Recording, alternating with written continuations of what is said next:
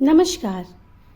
रश्मि रथी के प्रथम सर्ग में हमने सुना कि रंगभूमि में कर्ण अर्जुन को ललकारता है। उसकी ललकार से द्रोणाचार्य भी डर जाते हैं कि कहीं कर्ण अर्जुन से बड़ा धनुर्धर होने का सम्मान न छीन ले। कृपाचार्य तुरंत एक चाल चलते हैं और कहते हैं कि अर्जुन एक राजपुत्र है और कर्ण तुम्हें उससे युद्ध करने के लिए किसी राज्य को जीतना होगा। दुर्योधन भी अर्जुन से नफरत करता है और वह कृपाचार्य की शर्त सुनते ही अपना मुकुट कर्ण के सिर पर रखते हुए उसे अंग देश का राजा बना देते हैं। यहीं से कर्ण और दुर्योधन के अटूट दोस्ती का आरंभ होता है। रंगभूमि से सभी लोग हंसते और गाते हुए जाते हैं, लेकिन कुंती के पैर आगे नहीं बढ़ते हैं क्योंकि उन्हें एहसास हो जाता है कि कर्ण उनका ही पुत्र है। आज मैं आपको रश्मि रथी का दूसरा सर्ग सुनाऊंगी, जिसमें कर्ण और परशुराम का बड़ा मार्मिक चित्र खींचा गया है। परशुराम सिर्फ ब्राह्मणों को शिक्षा देते थे, द्रोणाचार्य भी उन्हीं के शिष्य थे।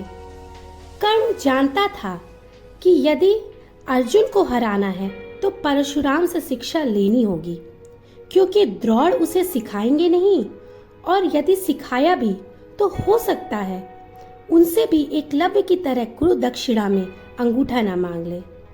हार कर कर्ण ने परशुराम से शिक्षा ग्रहण करने के लिए एक बहुत बड़ा झूठ बोला।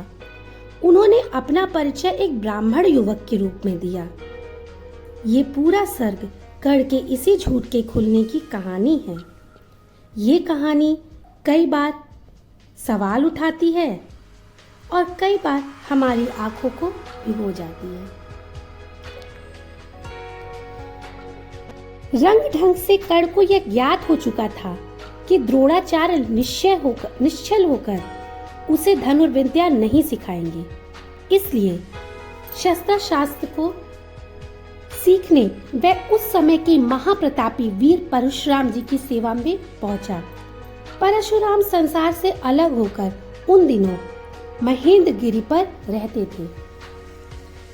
अर्जुन दर्भ पलाश कमंडलू, एक और तप के साधन, एक और है टंगे धनुष, तूड़ तीर बरछे भीषण, चमक रहा त्रिकुटी द्वार पर एक परशु आभाशाली, लौह दंड पर जड़ित पड़ा हो मानो अर्ध अंशुमाली।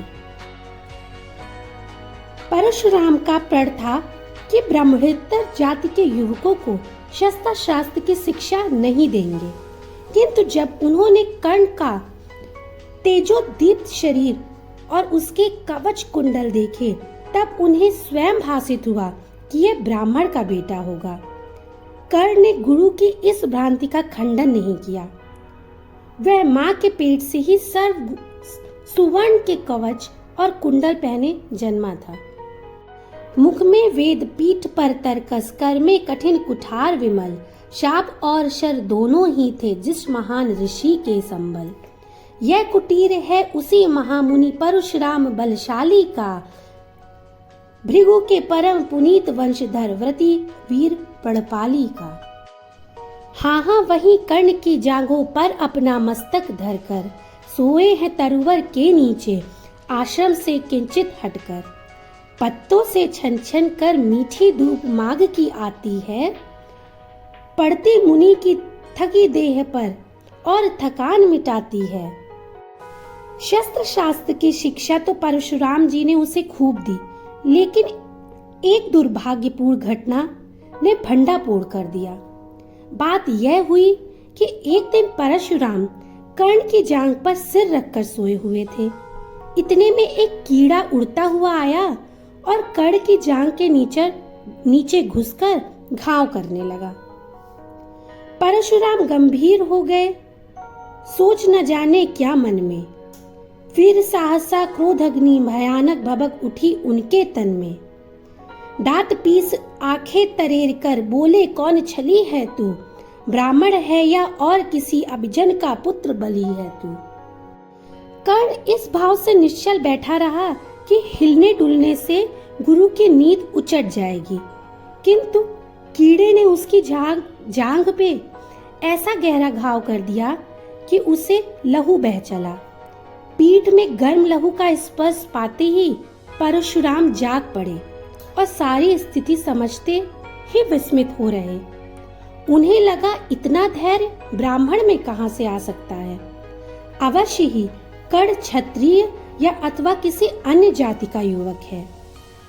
कर्ण सत्य को और छिपा नहीं सका तथा उसने गुरु के समक्ष सारी बातें स्वीकार कर ली।